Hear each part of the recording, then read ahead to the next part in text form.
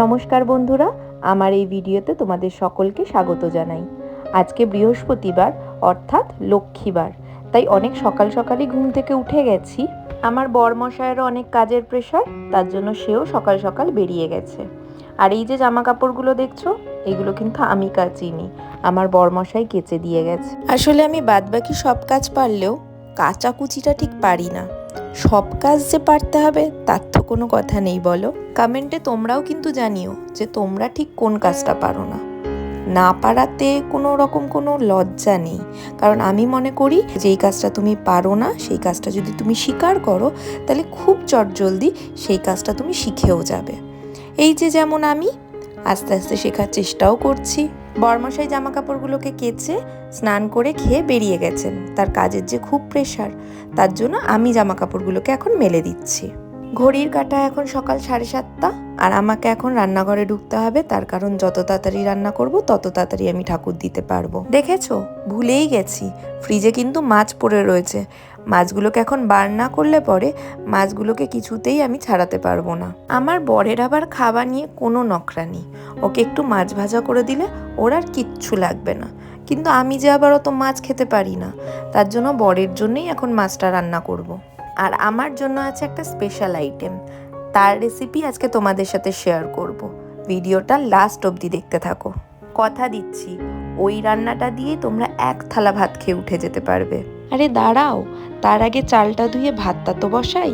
আচ্ছা, তোমরা কারা আমার মতন চালের ড্রাম থেকে হাঁড়িতে চাল নিয়ে সবার শেষে সেই হাঁড়ি থেকেই 3বার চাল তুলে আবার সেই চালের ড্রামেই ফেরত দাও?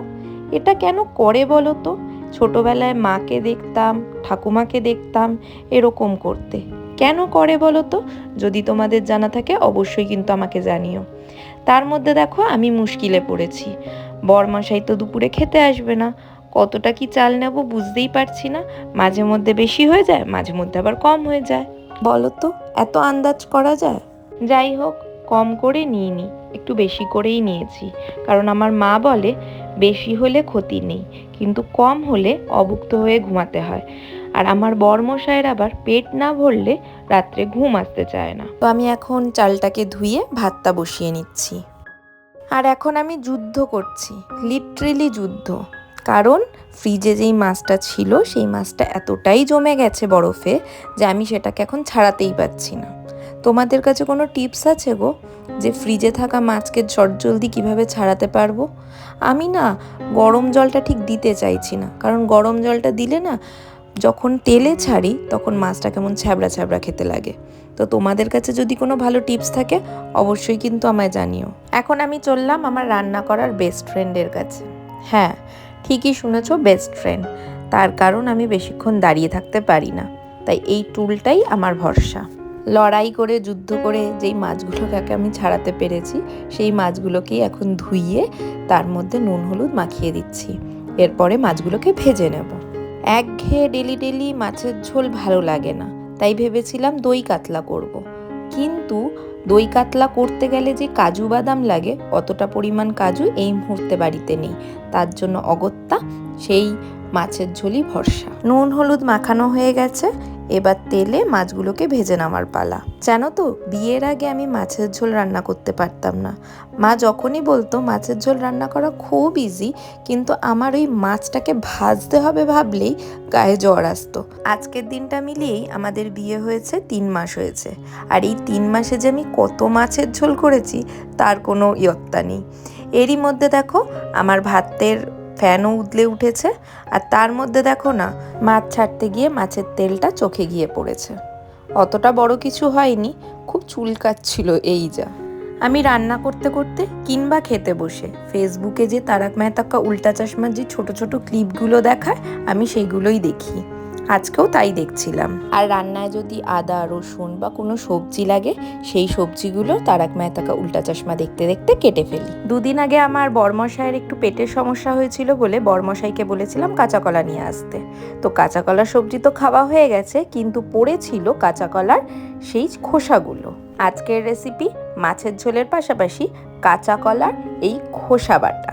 প্রথমেই যেটা করতে হবে সেটা হলো একটা কড়াইতে প্রথমে জল গরম করে তার মধ্যে একটু নুন দিয়ে কাঁচা কলার এই খোসাগুলোকে সেদ্ধ করে নেব। সেদ্ধ হয়ে গেলে কাঁচা কলার খোসাগুলোকে আলাদা করে জলটাকে ফেলে দেব। এরপরে মিক্সিতে কাঁচা কলার সেই ছোকলাগুলোকে নিয়ে তার মধ্যে 7-8 কোয়া রসুন আর কাঁচা লঙ্কা আর অল্প একটু জল দিয়ে ভালো করে মিক্সার গ্রাইন্ডারে পেস্ট করে নেব। পেস্টটা কিন্তু দেখতে একদম এরকম হবে। এরপরে কড়াইতে তেল দিয়ে তার মধ্যে কালো জিরে ফোড়ন, তার সাথে একটা শুকনো লঙ্কা দিয়ে দেব। কাঁচা লঙ্কা যেটা বাটার সময় দিয়েছিলে সেটা কিন্তু বুঝে দেবে, তোমরা যতটা ঝাল খেতে পারো ঠিক ততটাই বুঝে দেবে।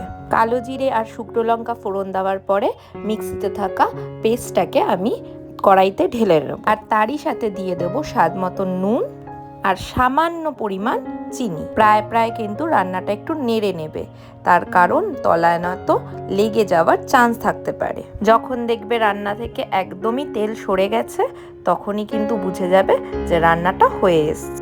ব্যাস, তারপরেই নামিয়ে নেবে আর গরম গরম ভাতের সাথে সার্ভ করবে, দেখবে কি দারুণ খেতে লাগে। কথা বলতে বলতে এদিকে আমার ভাতও হয়ে গেছে, এখন ভাতের ফ্যানটাও গেলে নেব। তোমাদের সাথে আরেকটা টিপসও শেয়ার করছি আজকে। মাছের ঝোলে আমার একটু আদা লাগতো, তো আদার খোসাগুলোকে কিন্তু আমি ফেলবো না, এই আদার খোসাটাকে আমি চা পাতার ডিব্বায় রেখে দেব। যখনই চা খাবো তখন আমাকে আলাদা করে আর আদা কাটতে হবে না, আদা অলরেডি এই চা পাতার ডিব্বায় রাখা আছে। দেখো, আজকে কিন্তু তোমাদেরকে দুটো ফেলে দেওয়া জিনিস দিয়ে দারুণ কয়েকটা টিপস দিয়ে দিলাম।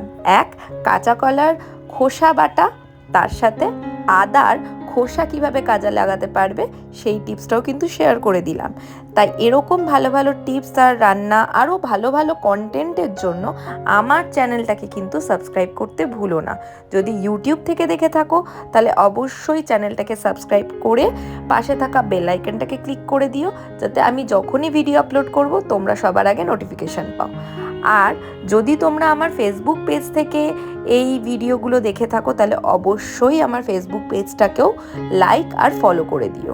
ওদিকে মাছের ঝোল রান্না করতে বসিয়েছি, তার ফাঁকে কিন্তু আমি এই বাসনগুলোকেও মেজে নিচ্ছি। দেখো কাণ্ড, রান্না করতে করতে গ্যাস শেষ হয়ে গেছে। ভাগ্যিস আমার রান্নাও শেষ হয়েছে আর গ্যাসটাও কিন্তু ফুরিয়ে গেছে। সমস্ত বাসন কোসন মেজে এবার আমি ডাইনিং টেবিলে আমার রান্না করা সমস্ত খাবারগুলোকে সুন্দর করে গুছিয়ে সেটাকে ঝুড়ি দিয়ে চাপা দিয়ে রাখবো। আমার রান্নাঘরে 2 রকমের ন্যাকড়া থাকে। এই যে ন্যাকড়াটা এখন ধুচ্ছি এটা কিন্তু কোনো কিছু মোছার জন্য না, এটা শুধুই মাত্র আমার ভাতের হাঁড়ি নামানোর জন্য, যেটাকে আমি এখন ধুয়ে কেচে মেলে রাখছি। আর এই যে কাপড়টা দেখছো, এই কাপড়টা দিয়েই আমি রান্নাঘর আর ডাইনিং স্পেস মুছে থাকি। এখন এই কাপড়টা একটু জল দিয়ে ধুয়ে নিচ্ছি, তার কারণ আমার রান্নাও শেষ আর আমার বাসন মাজাও হয়ে গেছে। এখন আমি রান্নাঘরটাকে ভালো করে ধুয়ে মুছে নেব। আমার মা বলে রান্নাঘর যত পরিষ্কার থাকবে ঘরে লক্ষ্মীর অধিষ্ঠান তত বেশি থাকবে। এবার আমার বেস্ট ফ্রেন্ডকে তার জায়গায় রেখে দেওয়ার পালা, তার সাথে দেখা হবে আবার কালকে যখন রান্না করব। এবারে ঘর মোছার পালা, কিন্তু তার আগে গাছে একটু জল দিয়ে নিচ্ছি, কারণ সারাদিনে আর টাইম পাবো বলে মনে হয় না। আগে জানো তো আমার বরমশাই ঘর মুছে দিয়ে যেত, কিন্তু রান্না করার পর আমাকে তো সেই ঘর মুছতেই লাগে, তাই 2-3 ঘন্টার ব্যবধানে আবার করে ঘর মোছার কোনো মানে দাঁড়ায় না। তাই আমি আমার বরমশাইকে বলেছি তুমি নিশ্চিন্তে কাজে যাও, ঘর মোছাটা আমি দেখে নেব। আজকের ভিডিও এই অবধি। যদি ভিডিওটা ভালো লেগে থাকে তাহলে অবশ্যই ভিডিওটাকে লাইক করো, আর যদি তোমরা ইউটিউব থেকে ভিডিওটা দেখে থাকো তাহলে অবশ্যই চ্যানেলটাকে সাবস্ক্রাইব করে পাশে থাকা বেল আইকনটাকে ক্লিক করে দিও, যাতে যখনই আমি নতুন ভিডিও আপলোড করব তোমরা সবার আগে নোটিফিকেশান পাও। আর যদি ভিডিওটা ফেসবুক থেকে দেখে থাকো তাহলে অবশ্যই ফেসবুক পেজটাকে লাইক আর ফলো করতে কিন্তু ভুলো না। চলো দেখা হবে অন্য আরেকটা ব্লগে। টাটা।